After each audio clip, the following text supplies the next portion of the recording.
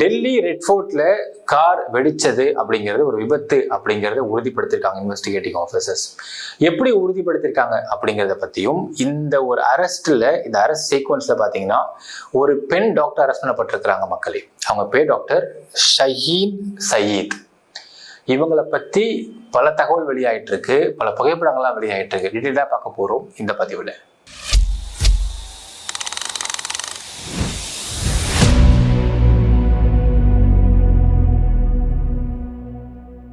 அன்பார்ந்த மக்களுக்கு வணக்கம். நான் உங்கள் Karthik Pillai and welcome to the KD. Delhi red ஃபோர்ட்ல கார் வெடித்தது ஒரு விபத்து அப்படிங்கிறத உறுதிப்படுத்தியிருக்கிறாங்க இன்வெஸ்டிகேட்டிங் ஆஃபீஸர்ஸ் அண்ட் ஏஜென்சிஸ்லாம். இது எப்படி உறுதிப்படுத்தினாங்க அப்படிங்கிறதுக்கு முன்பு டாக்டர் ஷஹீன் சயீத் அப்படிங்கிற ஒரு டாக்டர் அரெஸ்ட் பண்ணியிருக்காங்க மக்களே. இவங்களை ஏன் அரெஸ்ட் பண்ணாங்க, எதுக்கு அரெஸ்ட் பண்ணாங்க, இவங்க யாரு, எப்படிப்பட்டவங்க, இவங்க பெரிய பிளான் என்ன, இவங்க யாராவது லிங்க்ல இருக்காங்க, இதெல்லாம் நம்ம தெரிஞ்சுக்கும் பொழுது ஒரு பெரிய ஷாக் ஏற்படுது. First and foremost thing, doctor Shaheen Saeed அப்படிங்கிறவங்க அவங்ககிட்ட இருந்து ஒரு 2900 kilograms ஆஃப் வெடிமருந்தும் ஒரு AK-47 ஒரு பிஸ்டலையும் பறிமுதல் பண்ணுறாங்க முந்தா நாளுக்கு. ஸோ முந்தா நாள் பறிமுதல் பண்ணுறாங்க. பறிமுதல் பண்ணதுக்கு பிறகுதான் நேற்று இந்த கார் விபத்து நடக்குது. ஸோ முந்தா நாள் ஈவினிங் நடக்குது. ஸோ இந்த டாக்டரை அரெஸ்ட் பண்ணதுக்கு பிறகு இந்த காரை, இந்த ஹியூண்டை i20 ஓடிட்டு வந்த உமர் முகமது அப்படிங்கிறவன் என்ன பண்ணுறதுன்னு தெரியாமல் அந்த மதியத்துக்கு மேலே கார் எடுத்துகிட்டு ரெட் ஃபோர்ட் கேட் 1ல பார்க் பண்ணிட்டு 3.5 மணி நேரம் வெயிட் பண்ணிட்டு இருந்திருக்கான், என்ன பண்ணுறதுன்னு தெரியாமல். அப்படி என்ன இவங்க மிக முக்கியமானவங்க அப்படிங்கிறத பார்த்தாக வேண்டும். அதாவது ஜெய்ஷ் இ முகமது அப்படின்னு சொல்லக்கூடிய ஒரு பயங்கரவாத அமைப்பு, நம்மளுக்கும் தெரிந்த ஒரு அமைப்பு, தெரிந்த ஒரு பெயர். ஸோ இந்த ஏன் தெரிந்த பெயர் நான் சொல்கிறேன்னா, ஆப்ரேஷன் சிந்தூரில் இந்த முக்கியமாக அங்கே நம்மளுடைய நாட்டுடைய பெண்மணிகள் அவங்க பொட்டு அழித்ததற்கு அங்கே உள்ள அப்படிப்பட்ட ஒரு துப்பாக்கி சூடு நடத்துனது யாருன்னு பார்த்தீங்கன்னா JEM உடைய ஆட்கள் தான். ஸோ ஜெய்ஷ் இ முகமது அப்படிங்கிறது ஒரு பயங்கரவாத அமைப்பு. இவங்க என்ன மோட்டிவ், எதுக்கு பண்ணுறாங்க அப்படின்னு கேட்டிங்கன்னா, காஷ்மீரை பிரித்து பாகிஸ்தானுக்கு கொண்டு போயிடணும் அப்படிங்கிறத அவனோட மோட்டிவாக வைத்துக்கொண்டு இயங்கக்கூடிய ஒரு அமைப்பு. ஒரு விஷயம் நீங்கள் பார்க்கணும் மக்களே, இப்படி சுடுறதுனாலையும் தீவிரவாதம் பண்ணுறதுனாலையும் நீங்கள் காஷ்மீரை பிரித்து கொண்டு போயிட முடியுமா அப்படின்னு கேட்டால் வாய்ப்பே கிடையாது. ஆனால் இந்த பயங்கரவாத அமைப்பு எப்படி நடக்குதுன்னு பார்த்தீங்கன்னா, ஒரு இன்ஸ்டிடியூஷனலைஸ் பண்ணப்பட்டுருச்சு. அதாவது ஒரு பயங்கரவாத அமைப்பு ஆரம்பிச்சிடுறேன், நம்ம ஒரு கொள்கையை உருவாக்கணும், நம்ம ஒரு கோட்பாடை உருவாக்கணும், நமக்கு இதான் நம்மளுடைய பயங்கர அமைப்போட கொள்கையாக உருவாக்கி வச்சுக்கிட்டு இதுக்கு பல இடங்கள்ல இருந்து ஃபண்டை மொபிலைஸ் பண்ணுறதுக்கு ஏதோ ஒரு ஆக்டிவிட்டியை காட்டணும் அப்படிங்கிறதுக்காகவே இது அனைத்தும் பண்ணப்பட்டு கொண்டிருக்கின்றது அப்படிங்கிறதை புரிந்து கொள்ள முடிகின்றது. இப்போ இந்த ஜெய்ஷ் இ முகமதோட தலைவர் யாருன்னு பார்த்தீங்கன்னா மசூத் ஆசார் அப்படிங்கிறவங்க தான் தலைவர். இவங்களுடைய தங்கை ஒருத்தவங்க இருக்கிறாங்க, அவங்க பேர் சாதியா ஆசார். ஸோ சாதியா ஆசாருடைய கணவர், அதாவது முகமது யூசப் ஆசார் அப்படிங்கிறவன் தான் ஆப்ரேஷன் சிந்தூரில் பகல்கம் அட்டாக் நடந்ததில் மிக முக்கியமான ஆள். ஸோ இந்த முகமது யூசப் ஆசார் அப்படிங்கிறவன் மிக முக்கியமான ஆள் அந்த பகல்கம் அட்டாக்ன்றதை நாம் புரிந்து கொள்ள வேண்டும். இது நமக்கு தெரியும். ஆப்ரேஷன் சிந்தூரில் முகமது யூசப் ஆசார் என்ன ஆனா அப்படின்னா, நம்மளுடைய இராணுவம் அவனை சுட்டு கொன்றது. அவனை சுட்டுட்டாங்க, அவன் செத்துட்டான். ஸோ இதற்கு பழிவாங்கும் விதமாக ஒரு ஒயிட் காலர் நெட்வொர்க்கை இங்கே பல வருஷம் உருவாக்கிக்கிட்டு இருந்து அந்த ஒயிட் கலர் நெட்வொர்க்கின் மூலியமாக இங்கே ஒரு மிகப்பெரிய ஒரு பயங்கரவாத செயலை ஏற்படுத்த முற்பட்டு இருந்திருக்கிறாங்க அப்படிங்கிறது இந்த அரசில் தெரிய வருது. யோசிச்சு பாருங்க, இது சொன்ன மக்கள், அதாவது ஒரு டாக்டர் ஒருத்தவர், அவர் பேர் அதில் ராத்தர் அப்படிங்கிற ஒருத்தவர். ஸோ அவனை தான் முதல்ல சஸ்பெக்ட் பண்ணுறாங்க டெல்லி போலீஸ். எப்படின்னா, அவன் ஜெய்ஷ் இ முகமதுடைய வாக்கியங்கள் பொருத்திய ஒரு போஸ்டரை ஒரு இடத்துல வச்சிருக்கான். அது சிசிடிவி கேமரா பதிவாகுது. அது என்ன போஸ்டர்ன்றதை பார்க்குறாங்க டெல்லி போலீஸ். அங்கேருந்து அவனை ஷேடோ பண்ணுறாங்க. ஷேடோ பண்ணி அவனை யூபியில் அரெஸ்ட் பண்ணுறாங்க. அரெஸ்ட் பண்ணி அவனை விசாரணைக்கு உட்படுத்தி அவனை கொண்டு அவன் வேலை பார்க்கக்கூடிய மருத்துவமனையில் அவனுடைய லாக்கரை திறந்து பார்த்தா உள்ளுக்குள்ள பஞ்ச் ஆஃப் போஸ்டர்ஸ், AK-47 2 கன் இருக்கு, AK-47 கன் இருக்கு. அது ரெண்டையும் பறிமுதல் பண்ணிட்டு மறுபடியும் விசாரணைக்கு உட்படுத்தி அதன் மூலியமா நிறைய பேர் அரெஸ்ட் பண்றாங்க. முசாமிர் ஷாகிர் அரெஸ்ட் பண்றாங்க, டாக்டர் ஷகீன் அரெஸ்ட் பண்றாங்க, டாக்டர் மொஹிதீன் அரெஸ்ட் பண்றாங்க. இப்படி அரெஸ்ட் நடந்துட்டே இருக்கு. ஸோ அந்த ஒரு போஸ்டர்ல இருந்து ஷேடோ பண்ணி கண்டினியூ அரெஸ்ட் நடந்துக்கிட்டு இருக்கு அப்படிங்கிறது நிச்சயமாக நம்முடைய இன்டெலிஜென்ஸ் மற்றும் டெல்லி போலீஸ் மற்றும் மிலிட்டரி இன்டெலிஜென்ஸ் வந்து பாராட்டி ஆக வேண்டும். ஏன்னால் இப்படி ஒரு குட்டி போஸ்டரில் சிசிடிவியில் கிடைச்ச ஒரு பதிவை வச்சு இவ்வளோ நெட்வொர்க்கை பிடிச்சிருக்கிறாங்க அப்படிங்கிறது சாதாரண விஷயம் கிடையாது. இப்போது இந்த நெட்வொர்க்கை பார்க்கலாம். டாக்டர் ஷஹீன் சாயித் அப்படிங்கிற இந்த பெண் டாக்டர், இவங்களுடைய சில புகைப்படங்கள் நான் போடுறேன் பாருங்க மக்களே. அதாவது 1996 கான்பூரை சேர்ந்தவங்க. இவங்க 1996 கம்பைன்டு ப்ரீ மெடிக்கல் டெஸ்ட்னு ஒரு டெஸ்ட்டுக்கு அப்ளை பண்ணுறாங்க. அது அப்ளை பண்ண அட்மிட் கார்டு வருது அவங்களுக்கு.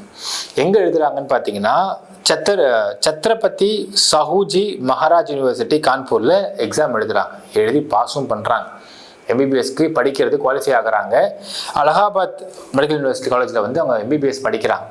எம்பிபிஎஸ் படித்து முடிச்சுட்டு யூபிஎஸ்சி எழுதுகிறாங்க. யூபிஎஸ்சியில் she is a top rank. அங்கேருந்து கணேஷ் சங்கர் வித்யார்த்தி மெடிக்கல் காலேஜ் கான்பூரில் வேலைக்கு சேர்றாங்க. 2013 வரைக்கும் அங்கே வேலை பார்க்குறாங்க. திடுதுப்புன்னு அன்இன்ஃபார்ம்டாக அங்கேருந்து வெளியே வந்துடுறாங்க. ஏன் வந்தாங்கன்னு தெரியல, இது வரைக்கும் நோ இன்ஃபர்மேஷன். பட் லாஸ்ட்டாக அவங்க அரெஸ்ட் பண்ணும்பொழுது பார்த்தீங்கன்னா அவங்க ப்ரொஃபஸராக இருக்கிறாங்க. எங்கேன்னு பார்த்தீங்கன்னா அல் ஃபலா மெடிக்கல் யூனிவர்சிட்டி ஃபரிதாபாத்தில் இருக்கிறாங்க. இப்போது ஒரு டாக்டரு வேலை பார்க்குறாங்க, ஒரு காலேஜில் வேலை பார்க்குறாங்க. அந்த காலேஜ் சம்பளம் கம்மியாக கொடுக்குறான்னு வச்சுக்கோங்க உதாரணத்துக்கு. அங்கேருந்து வேறு காலேஜுக்கு மாறி போகிறதுல அங்கே தப்பு இருக்க முடியும் நம்ம கேட்கலாம் மக்களே. ஆனால் இவர்கள் யார், இந்த பெண்மணி யார் அப்படிங்கிறத உறுதிப்படுத்தியிருக்காங்கனால் ஜெய்ஷி முகமதுடைய பாகிஸ்தானுடைய ஹெட் குவார்ட்டர்ஸ், பாகிஸ்தானுடைய விமன் விங்கோடைய தலைவர் யாருன்னு கேட்டிங்கன்னா ஜெய்ஷி முகமதுடைய தலைவரான மசூத் ஆசாருடைய தங்கையான சாதியா ஆசார் தான் தலைவியாக இருக்காங்க. இவங்களுடைய close friend plus close associate தான் இந்த ஷஹீன் சயீத். அது மட்டும் இல்லை, ஜெய்ஷி முகமதுடைய இந்தியாவுடைய விமன் விங்குடைய தலைவர் இவர்கள் தான். இப்போது இந்தியாவுடைய விமன் விங் தலைவராக இவங்களை போட்டிருக்காங்க. இவங்க வேலை என்ன அப்படின்னு பார்க்கணும். இப்போ தான் தலைவரானாங்களான்ற தெரில மக்களை. ஏன் கேட்குறேன்னா, இவங்க கூட படித்தவர்கள் இப்போ வெளியே வந்து பேசுகிறாங்க. என்ன பேசுகிறாங்கன்னா, என் கூட படித்தது தான் இந்த ஷஹீன் சயீதுன்ற பொண்ணு. படிக்கும் பொழுதே ஹாஸ்டலில் வந்து படிச்சுக்கிட்டு இருப்போம், ஹாஸ்டலில் ஒன்றா தான் இருப்போம். அப்போவே இந்த பொண்ணுடைய முஸ்லீம் பசங்க ஃப்ரெண்ட்ஸுக்கிட்ட ஹிந்து பொண்ணை அறிமுகப்படுத்தி பேச வைப்பாங்க. அது பர்பஸாக பண்ணுற மாதிரி நாங்கள் ஃபீல் பண்ணுவோம். கேட்டால் இல்லை சும்மா தான் பண்ணுன்னு சொல்லுவாங்க. ஸ்லோவாக லவ்வர் ஆக்க வைப்பாங்க. கொஞ்ச நாள் கழித்து பார்த்தா அந்த பொண்ணு முஸ்லீமாக மாறிடுவாங்க, கன்வெர்ட் ஆகிடுவாங்க அப்படின்னாங்க. இப்போ நம்ம இதை கேட்கும்போது என்ன தோன்றதுன்னு பார்த்தீங்கன்னா, லவ் ஜிஹாத் அப்படின்னு ஒரு வித கான்செப்ட் இங்கே இது இருக்குது, நமக்கு நிறைய இருக்குது. என்ன கான்செப்ட்னு பார்த்தீங்கன்னா, இந்தியாவில் இருக்கக்கூடிய ஒரு சில முஸ்லீம் அல்லாத பெண்களை முஸ்லீம் நபர்கள் வந்து காதலித்து திருமணம் செய்வதற்கு முன்னால் அவனை முஸ்லீமாக மாற்றி திருமணம் பண்ணி அவனை எமோஷனலாக வந்து கட்டி போட்டு அங்கேருந்து அங்கே வேறு ஏதாவது பாகிஸ்தான் மாதிரி கண்ட்ரிகளுக்கு அங்கே ட்ரான்ஸ்ஃபர் ஆகிடுது, அங்கே போயிடுறது.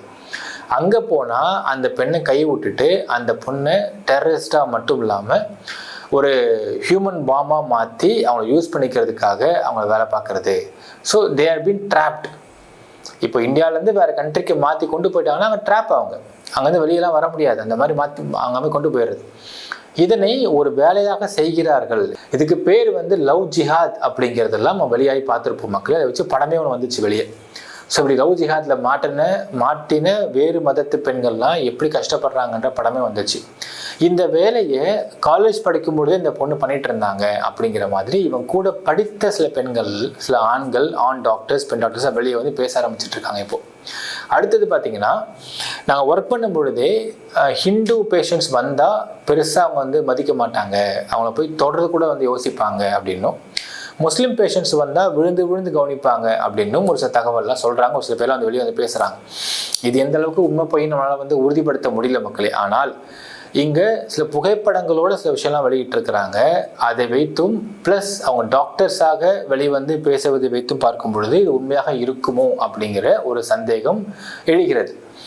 இவங்க அது மட்டும் இல்லாமல் இப்போ வெளியாகிற தகவல் படி பார்த்தா இவங்க ஜமாத் உல் மொமினாத்னு சொல்லக்கூடிய ஜெய்ஷி முகமதுடைய விமன் விங் இந்தியாவுடைய தலைவராகவும் இருக்கிறாங்க. இப்போ இவங்களுக்கு கொடுக்கப்பட்டிருக்கிறது இந்த அசைன்மெண்ட் கொடுத்தாங்கன்னா கிடையாது, 2 அசைன்மெண்ட் கொடுக்கப்பட்டதாகவும் ஒரு தகவல்லாம் வெளியாகுது. ஒரு அசைன்மெண்ட்டு இந்த மாதிரி முஸ்லீம் அல்லாத பெண்களை லவ் ஜிஹாத் மூலியமாக அங்கே வந்து தீவிரவாதிகளாக பயங்கரவாதிகளாகவும் ஹியூமன் பாம்ஸாகவும் அங்கே வந்து மாறுறதுக்கு அப்புறம் மூளைச்சலவை செய்யப்படுவதா அப்படிங்கிற ஒரு சந்தேகம். ரெண்டாவது பார்த்தீங்கன்னா ஒயிட் காலர் நெட்வொர்க். இப்போ நடந்த இந்த மொத்த அரெஸ்ட்டும் பார்த்தீங்கன்னா அரெஸ்ட்டுக்கும் தலைவர் யாருன்னு பார்த்தா இந்த ஷஹீன் சயீதுன்றாங்க. ஸோ இவங்க இந்தியாவுக்குள்ள she is creating a white collar network. எல்லாருமே டாக்டர்ஸ்.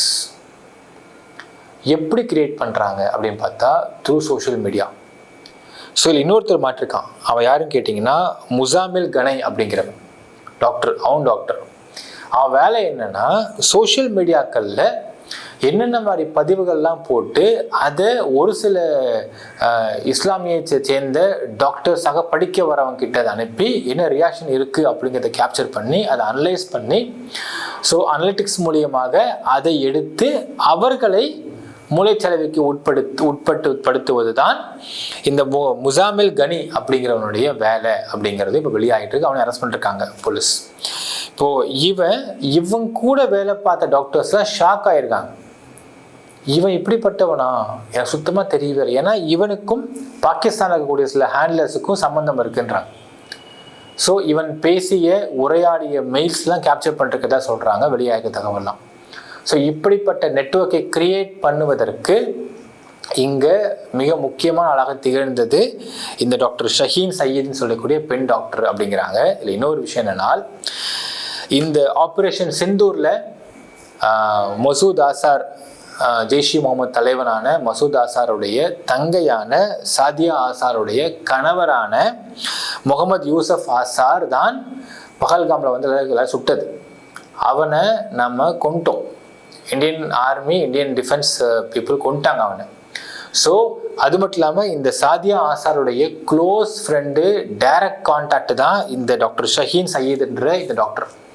ஸோ இங்கே சாதியா ஆசாருடைய கணவன் கொல்லப்பட்டதுனால இங்கே வேற சில பயங்கரமான சதித்திட்டம் தீட்டுவதற்காக நெட்வொர்க்கை ஃபாஸ்ட் பண்ணாங்களா அப்படிங்கிறதும் இங்கே விசாரணைக்கு உட்படுத்த வேண்டிய விஷயமாக இருக்கின்றது.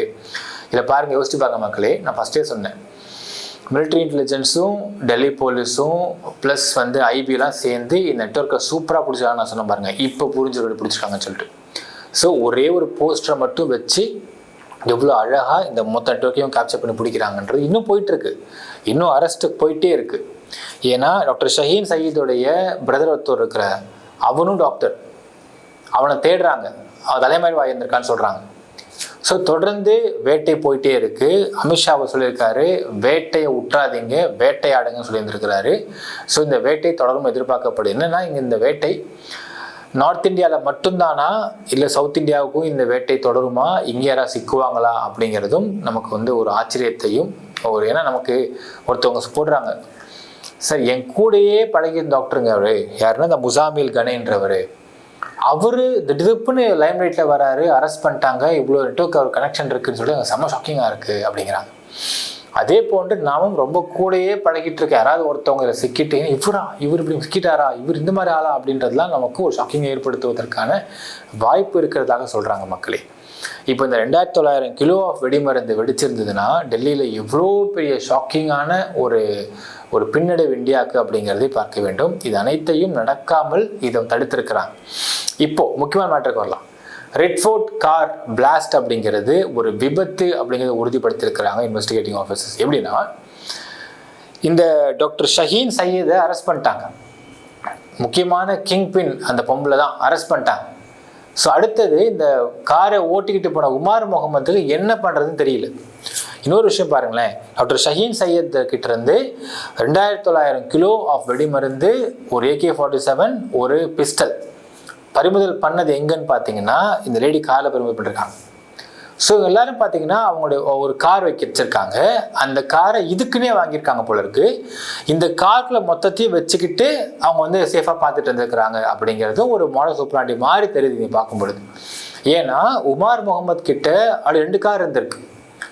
இந்த கார் எக்ஸ்ட்ரா வாங்கியிருக்கான், அது செகண்ட் ஹேண்டாக வாங்கியிருக்கான். இந்த காருக்குள்ளே தான் இவனும் அந்த வெடிமருந்தை வச்சுருந்துருக்கிறான். இப்போ அதை என்ன பண்ணுறது? எங்கேயாச்சும் கொடுக்கணுமா, யாராச்சும் கொடுக்கணுமா, எல்லாரும் மாட்டுறாங்க, அரெஸ்ட் ஆகுறாங்க. இப்போ நான் என்ன பண்ணுறதுன்னு தெரியாமல் ரெட்ஃபோர்ட் வாசல் கேட்டுக்கு வந்துட்டான். 3 hours வெயிட் பண்ணுறான். என்ன இன்ஃபர்மேஷனும் வருதா வரலான்னு தெரில அவனுக்கு. இன்னொரு விஷயம் மக்களே, இந்த வெடிமருந்து வச்சுருக்கக்கூடிய நபர்கள் கார் வச்சுருக்காங்கன்னா அந்த காரை வேகமாக இயக்க மாட்டாங்களாமா. ஏன்னா வேகமாக இயக்கும்போது அந்த வெடிமருந்து கொலைட் ஆகிடுச்சுன்னா டக்குன்னு வெடிச்சிருமா. ஸோ ஸ்லோவாக தான் வண்டி ஓட்டுவாங்களாம். இது ஒரு துடுப்பு சீட்டாக சொல்கிறார்கள். ஸோ ஸ்லோவாக வண்டிட்டு ஓட்டிட்டு போகிறான். என்ன இன்ஃபர்மேஷனும் வரல, என்ன பண்ணுறதுன்னு தெரியல, ஓட்டிட்டு போகிறான். ஓட்டிட்டு போகும் பொழுது அந்த டிராஃபிக்கு சிக்னல் போட்டாங்க. டக்குன்னு பிரேக் அடிச்சிருக்கலாம் மேபி. அந்த பிரேக் அடித்ததில் டிட்டனேட் ஆகி வெடிச்சிருக்குன்றதையும் சொல்கிறாங்க மக்களே. ஸோ இந்த கார் இந்த காருடைய வெடிப்பு அப்படிங்கிறது ஒரு விபத்து அப்படிங்கிறத உறுதிப்படுத்தியிருக்காங்க. இவன் சூசைட் பாம்பு கிடையாது, இவன் சாவதற்கு விரும்பவில்லை. என்ன பண்ணுறதுன்னு தெரியாமல் குழப்பத்தில் முடிவெடுக்க முடியாமல் அவன் வெளியே வந்திருக்கான். அவன் கரெக்டாக அதை மாட்டி இறந்துட்டான். ஸோ இந்த மாதிரி எத்தனையோ நபர்கள் இந்த ஒரு ஷஹீன் சாயித் அரெஸ்ட் பண்ணதுக்கு பிறகு முடிச்சுட்டு இருக்கிறாங்கன்னு சொல்லப்படுது. இது யார் என்னென்ன யார் அரெஸ்ட் ஆக போகிறாங்க பொறுத்து பார்க்க வேண்டிய கமெண்ட்டில் மென்ஷன் பண்ணுங்கள். நன்றி, வணக்கம்.